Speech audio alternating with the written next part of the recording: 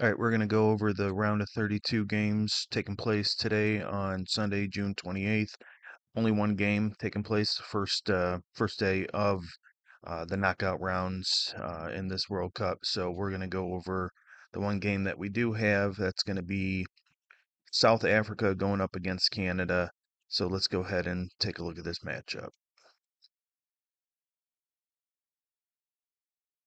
All right, so we got South Africa going up against Canada, one of the host nations. But this game isn't going to be played in Canada. It's going to be played at SoFi Stadium in Los Angeles. But I don't think that's going to have a big effect on the Canadian squad. I think they're going to be able to perform probably just as well.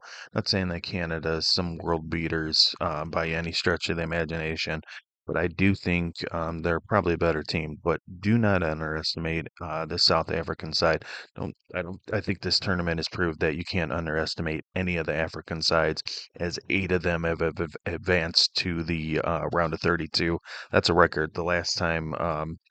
Um, the last record was 2 African teams to advance to what was the round of 16. Of course, a lot of that is due to the expanded format of this World Cup from 48 teams, and the introduction of the round of 32, which hadn't existed prior.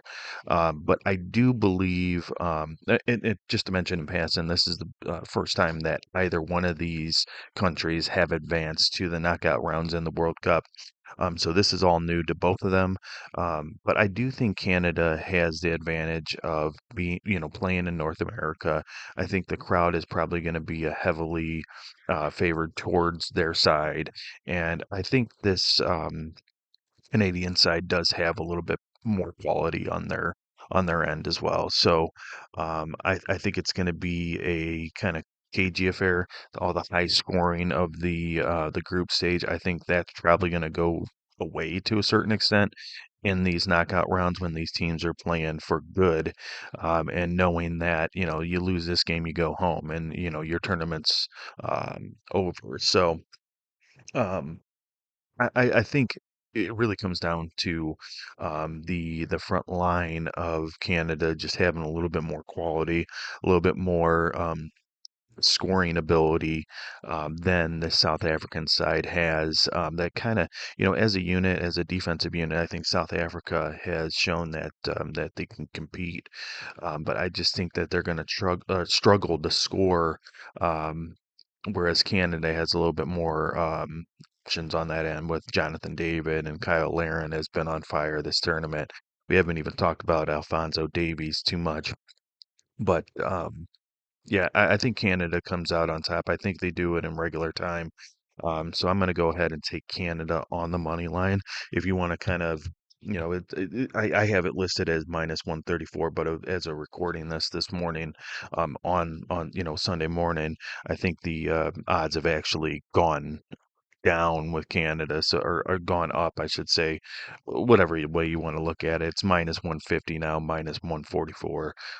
So it's a little bit more juiced up, but I think it's still there's still some value. But if you want to add another piece to that, make a same game parlay, you could probably go and do something like Canada in under 4.5 goals, or one of the things I've been doing throughout this tournament very to some success is to do something like Canada and then take South Africa on the alternative spread of +3, and that'll actually get it up into plus money, plus 105. And the only way you lose that bet is if Canada wins by 3 goals. They might win by 1 or 2 goals, but I don't know if I see them winning by 3 goals. But I take Canada on the money line. All right, that's it. Just the one game on the docket for Sunday, June 28th. We'll be back tomorrow. We got 3 games in the round of 32, 3 really good games, especially that first game, Brazil versus Japan. I think that's going to be a really, really good game. So, but we got 3 games, and we'll be back tomorrow to cover those games. Until then, good luck, and we'll see you tomorrow.